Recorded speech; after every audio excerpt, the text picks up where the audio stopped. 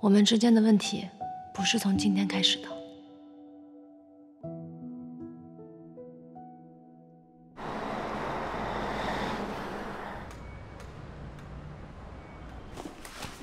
走啊，大点走了，陈瑶，明天见。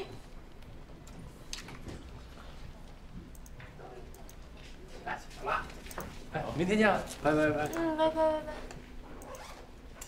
走了，明天见。拜拜。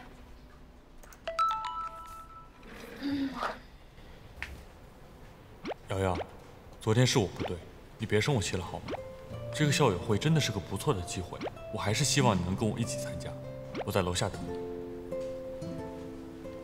说到底，他也是为了我好，我是不是太敏感了？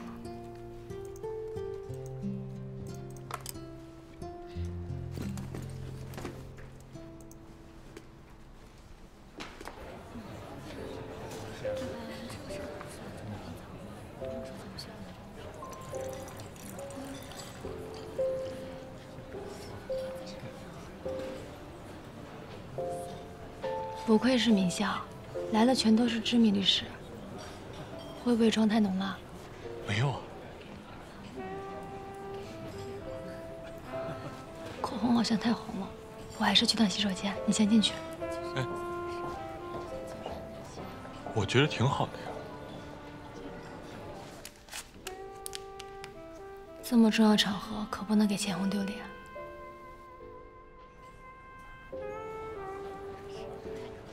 钱豪，我下周就要出国了，今晚想过来跟你道个别。之前的事情，很抱歉。程瑶原谅了你，但我并没有，所以以后我们不用再见了。我明白，跟我想的一样，你最后还是被程瑶征服了。你们结婚的那天，帮我转达一声恭喜。哎，钱豪，你谈恋爱了？你女朋友该不会也是律师吧？没错。虽然他现在还在京城，但我以后肯定会让他有更好的发展。一会儿介绍你认识一下。现在的小姑娘真是聪明，知道要跟对人。她确实很聪明，所以我也想尽可能的帮助她。如果有合适的案源，也希望你们可以多关照她一下。有你在哪儿用得着我们？她只要听你的不就行了吗？你们呀，真是。瑶瑶，来，他女朋友吧？来，给你们介绍一下，这是我女朋友程瑶。真是漂亮啊！怎么样，打算什么时候结婚啊？为什么要结婚啊？婚姻只保护财产，不保护感情。只有不够独立自信的人才需要抱团取暖，这是每一个做家事律师都应该明白的道理。我和我女朋友都是这么想的。啊，请问二位需要点香槟吗？啊，这是冰的，它不能喝。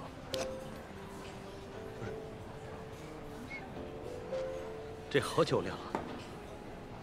怎么了？哎，钱豪，最近忙什么案子呢？啊，我还是老样子。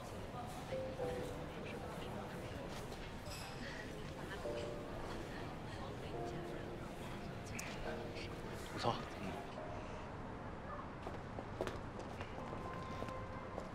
钱豪，那我们先走了啊。哎，咱们改天再约啊。回头见，拜拜。再见。哎，拜拜。再见啊。嗯。你是不是不开心了？没有，我只是不知道该怎么解决我们的分歧。你说这些的时候，有没有考虑过跟我商量一下？你是指的结婚？啊，那天我在餐厅听到你说不想结婚，只想投身事业，我以为我们俩在这方面想法是一致的。钱航，我说的不是这个意思，而是你一直在帮我做一些决定。无论是我的职业规划，还是对婚姻的看法，一直以来你觉得你做的、你想的、你坚持的都是对的。你有没有考虑过我的想法？还是说你觉得我根本不需要有想法？不，当然不是，我就是想关心你、照顾你、保护你，让你少走点弯路。你别生气了啊！我要的是理解跟尊重，不是这种关系。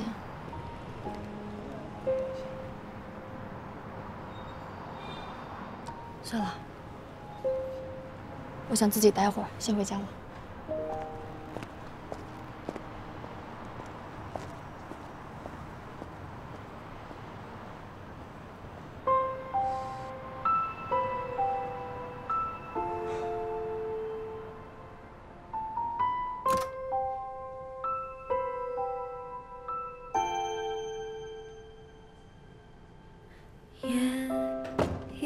扇紧闭的门，谁不是一个人？曾憧憬的青春，只是飘落的灰尘，夜色已沉。闭上眼，不再追问，没有要等的那个人。有些事要承认，但也不必认真。人生啊，需要安稳。我们生来本是一个人，谁不是拖着疲惫的身，咽下伤痕，转身重生。卸下伪装一个人，被时间追着的赶路人，完整身份也只是。所以说昨天晚上你一个人回去的？昨天晚上回去居然失眠了，盯着天花板看了一晚上。原来睡不着是这种感觉。干嘛呢？下班了，不回家啊？那么早回去干嘛？反正晚上也睡不着。怎么了？这是？琼瑶生我气了。可能我是在生我自己的气吧，明知道不能逃避，但还是不敢面对他，躲到你这里来了。我甚至都不知道做错了什么，突然就出现问题了。明明一直都挺好的呀。我知道我们一直都挺好的，只要有他在，不管发生什么事情，我都会觉得很安心。但是最近，他的一些想法跟行为，让我觉得很不被尊重，甚至被看轻了。这根本不合逻辑。我就是想多关心他一点，为什么他会觉得我不尊重他呢？钱恒，这是恋爱，这又不是辩论，哪儿来那么多逻辑对错呀？把你那智商啊往情商上挪一挪，好好想想人家到底要什么，去理解一下人家内心的感受，啊。那你现在还想不想和他在一起？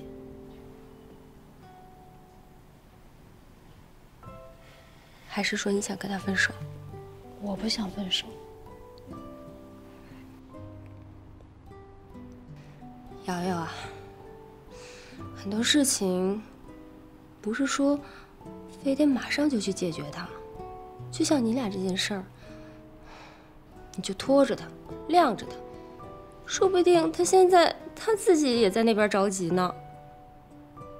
不行，我现在就去问问他到底什么意思。你现在这么去找他，这事儿肯定越来越糟。你还是给他一点空间，搬回别墅去冷静一下，好好想清楚问题到底出在哪儿，你再去找他，不迟啊，兄弟。我觉得你给你们两个点时间，说不定会有转机的。啊？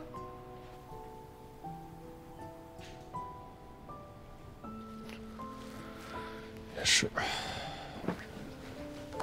也许他现在根本就不想见到我吧。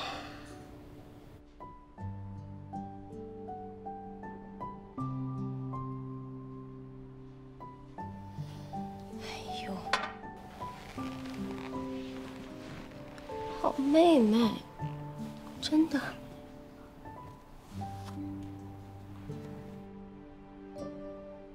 拿回重做。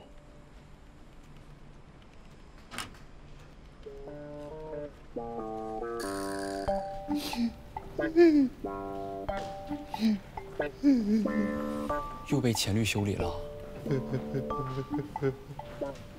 于飞，我改了17遍了，他到底是咋了？啊？京城的人说，程瑶最近一直跟顾北清搭档，赢了好几起案子，反倒是钱律暴躁的跟更年期一样。京城的人都在问，程瑶是不是给钱律戴绿帽子了？那真戴了吗？你觉得呢？要是真的，他不早就杀到京城去了，还至于拿咱们撒气吗？再者说了，见过钱律这种款式，应该也瞧不上顾北清。那到底是因为啥呀？神仙打架，小鬼遭殃了。改哪儿啊？给点提示也行啊。改命吧。改哪儿啊？没想到我们真的赢了这个案子，我运气变好了，手串真的有用啊。是我们调查做得好，不过你开心就好。刚刚这京城的程瑶打的是真漂亮，这思路清晰，逻辑缜密，看来是真的有本事。可不是嘛，我听说啊，他出事之后就把钱恒给甩了，看来这事儿是真的。而且啊，这钱恒因为分手这事儿，整天寻死觅活的，那过得可惨了，是吧？瑶瑶，没事吧？我跟他们解释一下。不用了，这种事情越骂越黑。打赢官司，请你吃饭吧。行。没事吧？不是，刚刚觉得脚底有点滑，明明庭审的状态挺好的呀。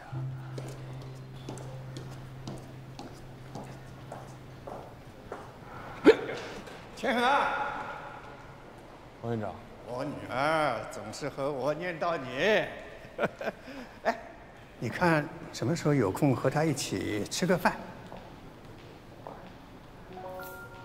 啊，抱歉，王院长，我最近确实太忙了。工作再忙，个人问题也要重视的嘛。你看你现在都已经单身了，跟我女儿吃个饭，有什么不行的？走吧。走。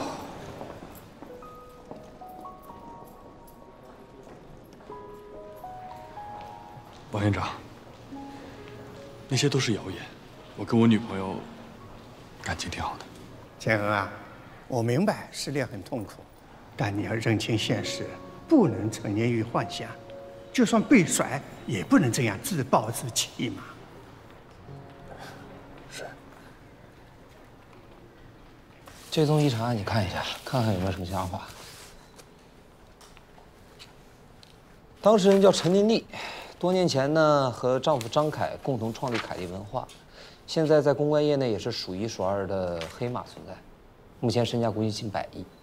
几个月前呢，陈琳丽带着张凯和儿子张然，共同去国外度假，坐热气球的时候呢，发生了意外事故，丈夫和孩子抢救无效死亡。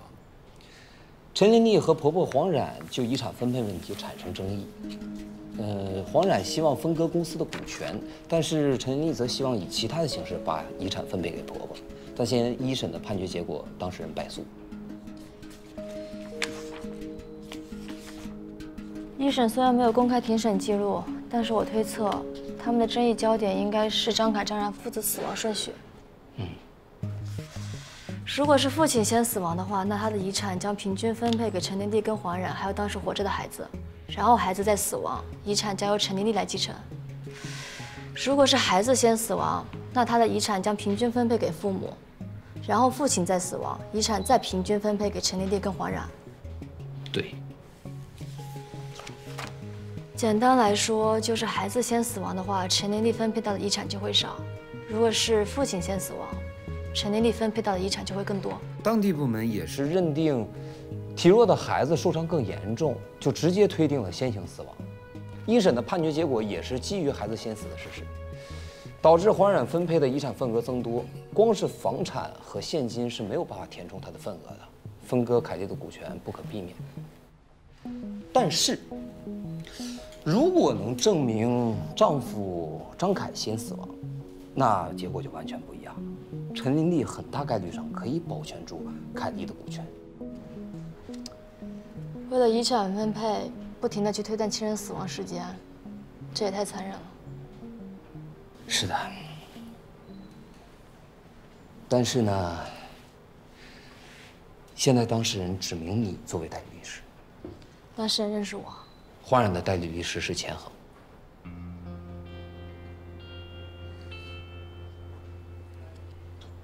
这个案子接不接看你啊，我都尊重。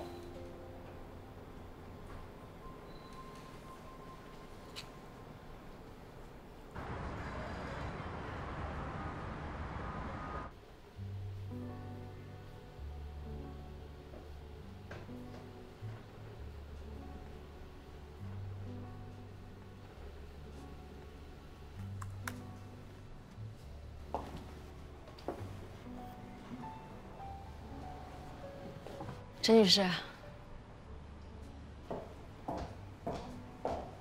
你好，我是陈瑶，程律师。请坐。好。需要喝点什么吗？都可以。来一杯热可可，谢谢。好的，请稍等。程律师，我想我的资料你应该都看过了。现在我这个案子的进展是这样的：您和您婆婆目前争议最大的遗产部分是凯利控股的股权，对吧？您不希望凯利控股被分割，希望以现金、房产等其他资产形式分割给您婆婆，由您来全权掌握凯利控股。目前争议最大的部分是您儿子跟您丈夫的死亡时间。你是怎么知道的？关于遗产纠纷，一审的时候是不允许旁听的。虽然您的案子没有公开庭审，但是您的婆婆黄然女士接受过一些媒体采访，我做过一些功课。你好，您的热可可，谢谢。得知对您儿子跟您丈夫的死亡时间、当地的处理方式有瑕疵，所以对死亡顺序上有争议。程律师，其实你可以不用去找那些报道的，我可以告诉你第一手案情。我明白您同时失去2个深爱的人会非常痛苦，所以如非必要，我会减少向您提问非相关案件细节的次数，只有几个关键问题你回答我即可。我只要凯莉，其余的我什么都可以不要。你能帮我争取到吗？既然您选择了我，我就会尽全力。只是有一个冒昧的问题，您选择我做您的代理律师，是因为我是钱恒律师的女朋友吗？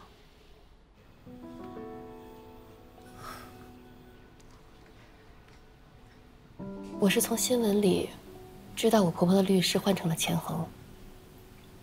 我在网上查了他的资料，我发现几乎没有他打不赢的案子，所以我很担忧。后来我就知道有你的存在，我想，如果有你当我的代理律师，或许会不一样。你能选择我，我非常荣幸。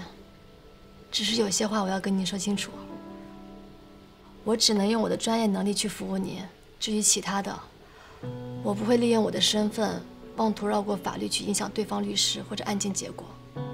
另外，钱恒律师非常专业，他不会因为我是您的代理律师而心软，所以恐怕要让您失望了。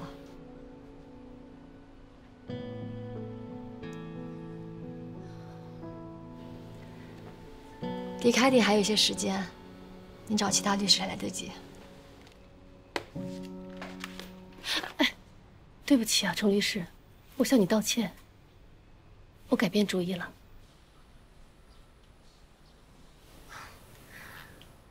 通过刚刚跟你的交谈，我能够感受到你作为一个律师的专业度。你认真细致，温柔却有力，这是在其他律师身上看不到的。所以，我请你留下来，是因为你身为一名律师的身份。程律师，我想跟你合作。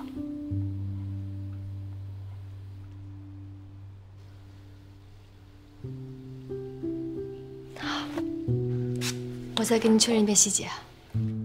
谢谢。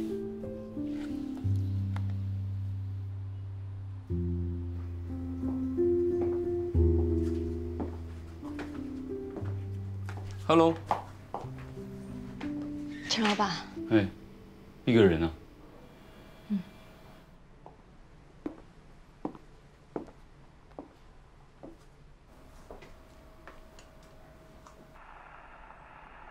不用够了描述什么，我用肌肤量滚它，不用手掌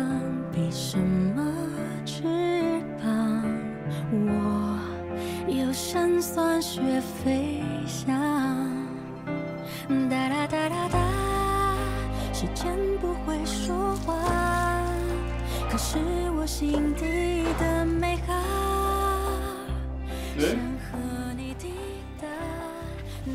巧了，什么巧了？你说呢？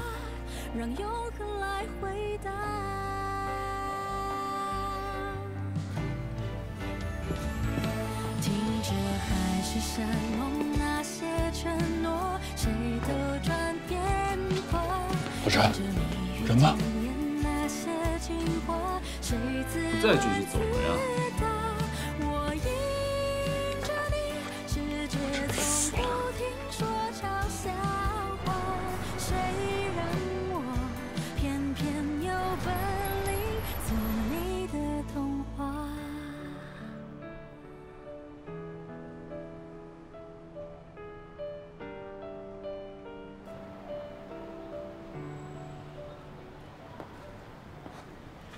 好久不见，瑶瑶，你最近还好吗？找我什么事儿？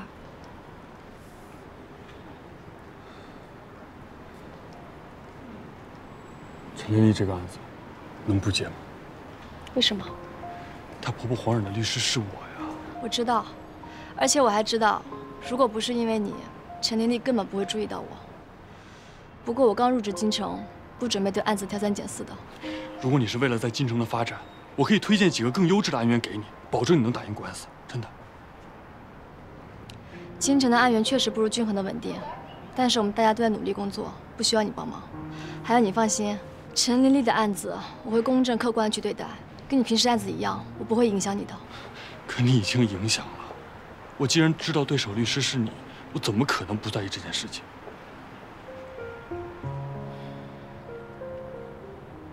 那就要辛苦你自己调整了。这对我们来说都是工作。瑶瑶，我不想我们的关系再雪上加霜了。之前很多事情我都可以让着你，但是在案子上我不会掺杂任何的私人感情，这是工作，我没有办法让着你的。你为什么要让着我？我也是一名律师啊。还是你觉得我会用女朋友的身份去逼迫你妥协？千恒，你从来都没有把我当成一个成熟独立的律师，你也不尊重我们现在是对手的事实。没有没有，绝对不是，我从来没有不尊重过你，而且我尽可能的去迁就你。但这个案子，它不是非接不可的。我上次跟你说的尊重，你根本没有听进去。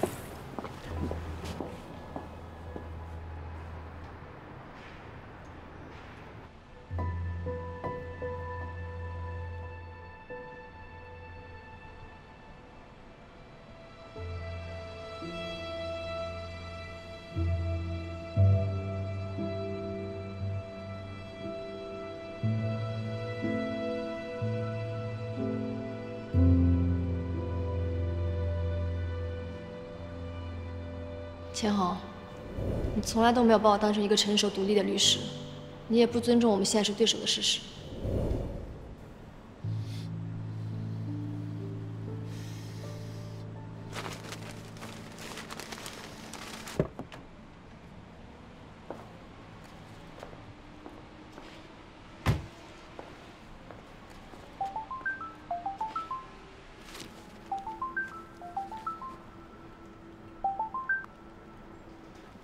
哎，宝瑞，怎么了？老板，我刚知道，陈玲丽代理律师是程瑶啊，那这案子咱是不接了。为什么不接？为什么？程瑶是你女朋友啊，你不得让着点她吗？你现在回律所给我加班。啊？早知道不打了。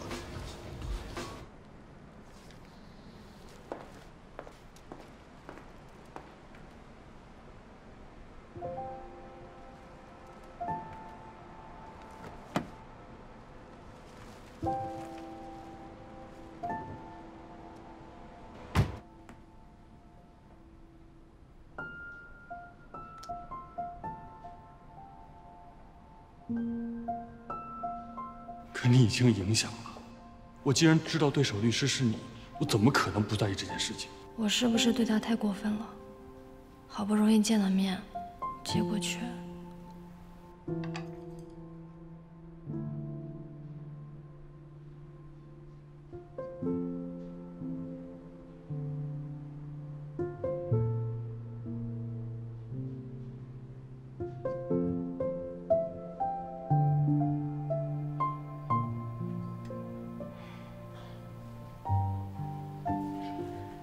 的，大周末的，你来我家半个小时，叹了10几次气了。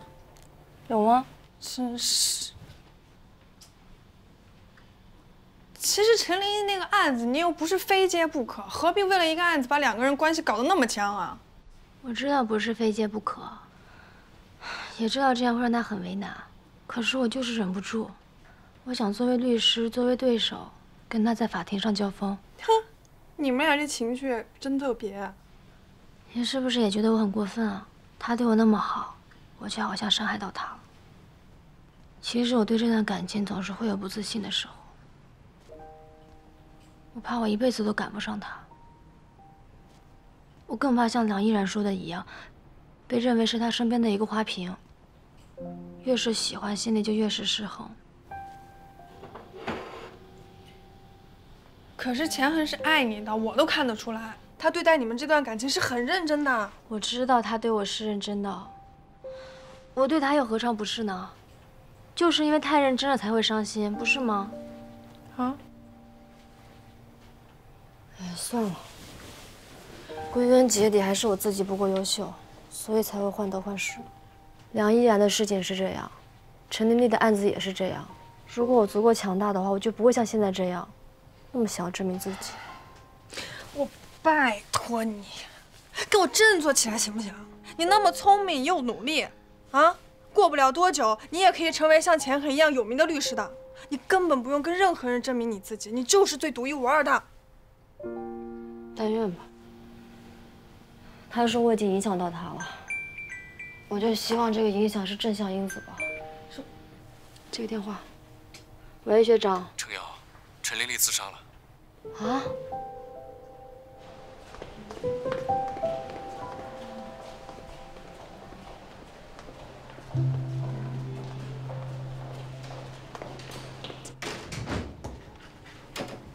陈女士，你怎么样？还好吗？我没事，坐吧。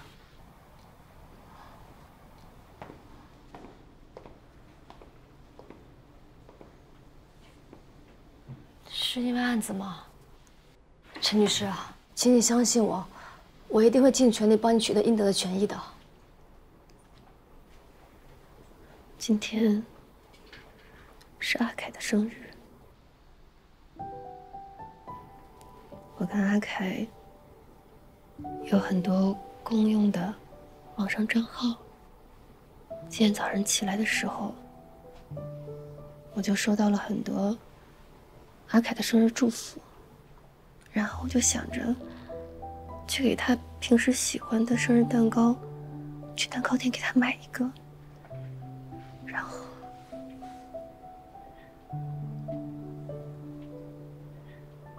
然后我突然反应过来，没有阿凯了，也没有生日了，永远都没有了。我就觉得没有他，我活着还有什么意义？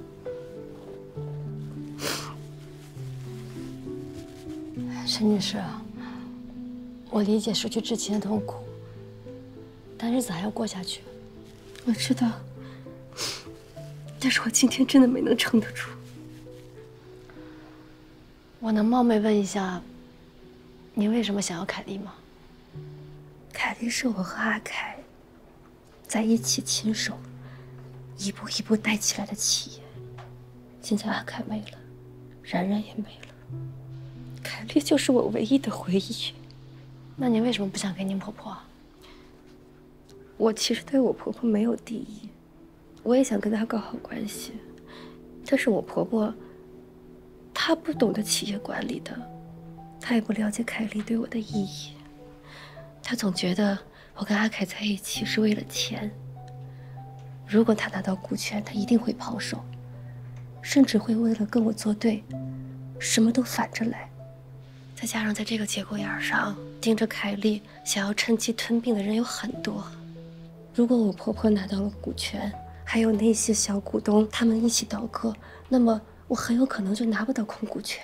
到那个时候，凯莉就是砧板上的鱼，他们只会觉得把凯莉的股价调高，迅速的抛售，然后拍拍屁股走人。我眼睁睁地看着太多这种短线操作，毁掉了不知多少可以走长线发展的创业品牌。所以，我绝不允许这样的事情发生在凯莉身上。她是我阿凯唯一的心血。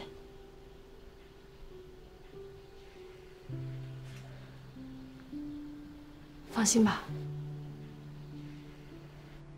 当时出了事故，我们好几个同胞都停下行程，特意陪我去医院，还给我垫了医药费。能问的律师我们都问了，当时很混乱，没有人能知道阿凯和然然是怎么没的。请问当天事故你在现场吗？对，我在现场，我是跟我媳妇儿去那个国外旅游嘛，然后就是边走边拍照这些，然后就突然看见那边那天上掉下来个东西，然后那您说你拍过照片，那有照片吗？但是相机摔坏了，我那天人太多了。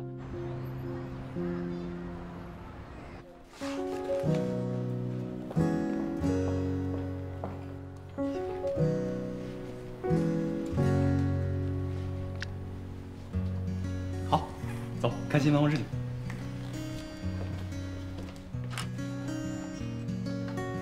来，程曦，这以后就是你的办公室了，怎么样？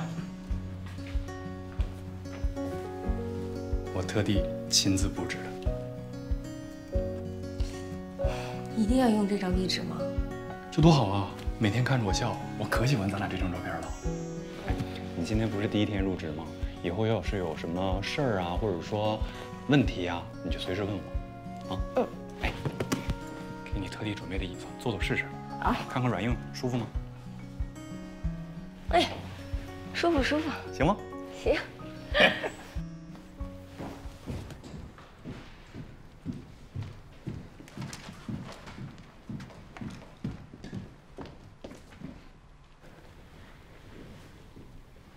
他们都很怕钱恒吗？跟程瑶闹别扭之后就变成这样了，每天啊，气压特别低，所以说同事们都离他远远的，不想被他那个低气压影响到。别搭理他，过两天就好了。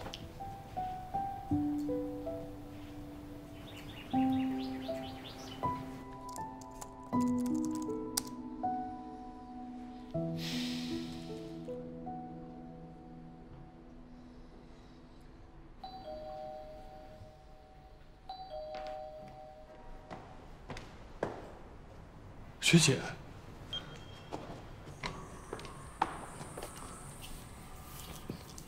钱恒，学姐，哎，不好意思打扰了。我今天不是刚入职吗？吴军就安排我出差，他就没有人照顾了，能不能麻烦你帮我照顾一下？我没什么经验，我没照顾过狗。是挺冒昧的，但是我问了吴军和瑶瑶，他俩都说特别忙。实在找不到人了，那我试试。谢谢。没事。这是他的其他的东西。好。那麻烦你了。学姐，程瑶最近好吗？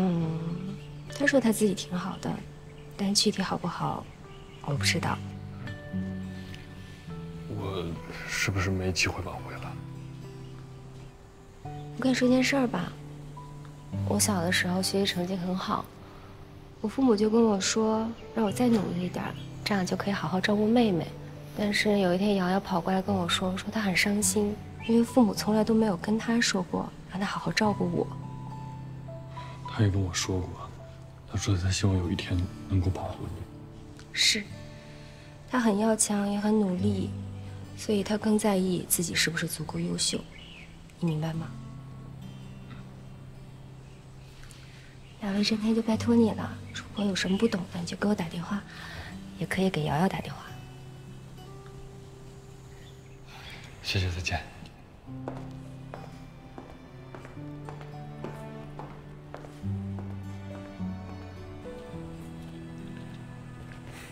魏真田，你不许乱尿，不许拆家啊！要乖乖听话。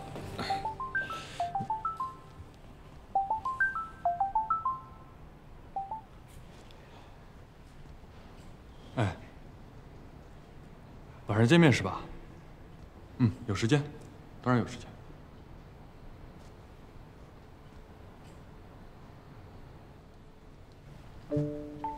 厉震天真是我的小福星啊！是不是广告？没事，别害怕，别害怕啊。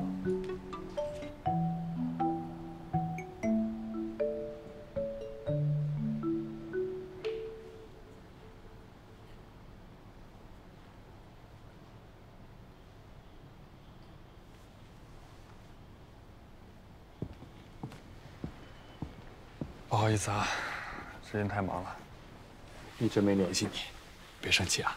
我约你来，想跟你聊一下陈天地跟黄冉的案子。你找我来，是为了聊案子呀？不然呢？你答应见我不是为了聊案子吗？好了，是这样的，陈天地跟黄冉的案子，我想试着让2位当事人见一面。我希望可以协商解决，在2审之前达成庭前和解。不可能，黄冉根本不想见陈林丽，绝对没有和解的可能。那是因为黄冉认为陈天地跟他儿子在一起是为了钱，但事实不是这样。陈天地非常爱张凯，比爱自己还爱。他想要凯丽的初衷也不是为了争夺遗产。如果黄冉可以知道这个事情，不是没有和解的可能。程瑶，我早就教过你，离当事人远一点，不要相信当事人教给你的故事，你只需要知道当事人的诉求就行了。更何况我早就说过，爱情可以是纯粹的，但是婚姻不可能。婚姻里夹杂了太多的利害关系，到最后就变成这种扯开话皮的利益战争。你想想，如果陈林丽真的不为了钱，能1审结束了还不死心吗？你都知道，我一直记得。同样，我也不会盲目的去相信当事人的话了。但是我做的任何事情，推断的任何结论都是有理有据的。同样的错误，我不会犯第2次。不是，我不是这个意思。我的意思是，一个律师只关心客户的诉求，这很安全，也无可厚非。但是，如果他可以去了解客户诉求背后的初衷，我相信对案子的结果也是很重要的。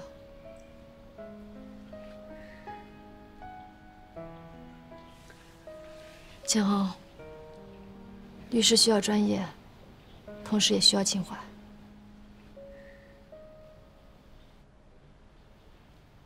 这是我整理的资料，里面有证人证言，给你看一下。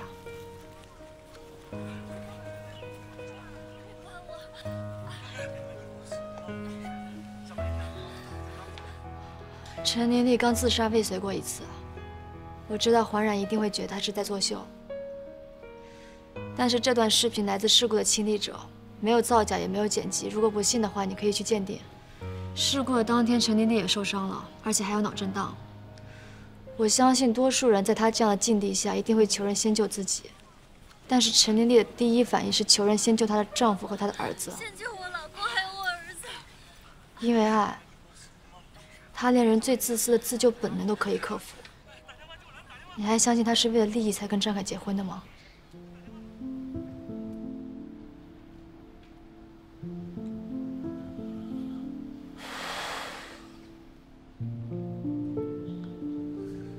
我一直都认为，法律是冰冷的，是中性的。但是作为律师，我觉得可以在法律的理性之外有一些人情味。这不仅不会影响到专业度，甚至会让一个律师变得更好。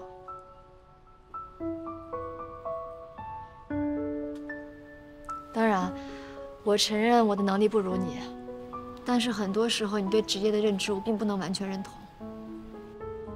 如果一定要用诉讼的方式去解决这个纠纷，我的胜算会很小。想要推翻跨国死亡证明，这个事情太难了。所以我想，我们是不是可以去考虑一下，用别的方式方法去解决这个纠纷？律师是矛盾的解决者，但是解决的方式也不局限于诉讼嘛。家事纠纷也是可以和解的。 陈丽丽爱张凯，黄然也是。这个事故对他们打击都非常的大，他们同样爱着逝者，为什么不可以和解呢？程瑶，我打了这么多年官司，我的准则就是帮我的当事人获得更多的利益。利益相悖的两个当事人之间，哪有什么和解呀？都是一种策略罢了，真的。不，我想要的是完完全全的和解。我想证明婚姻不只保护财产，它同样也保护爱情。即便有一方离开了，爱情也会一直存在。这份爱意永远都不会消失。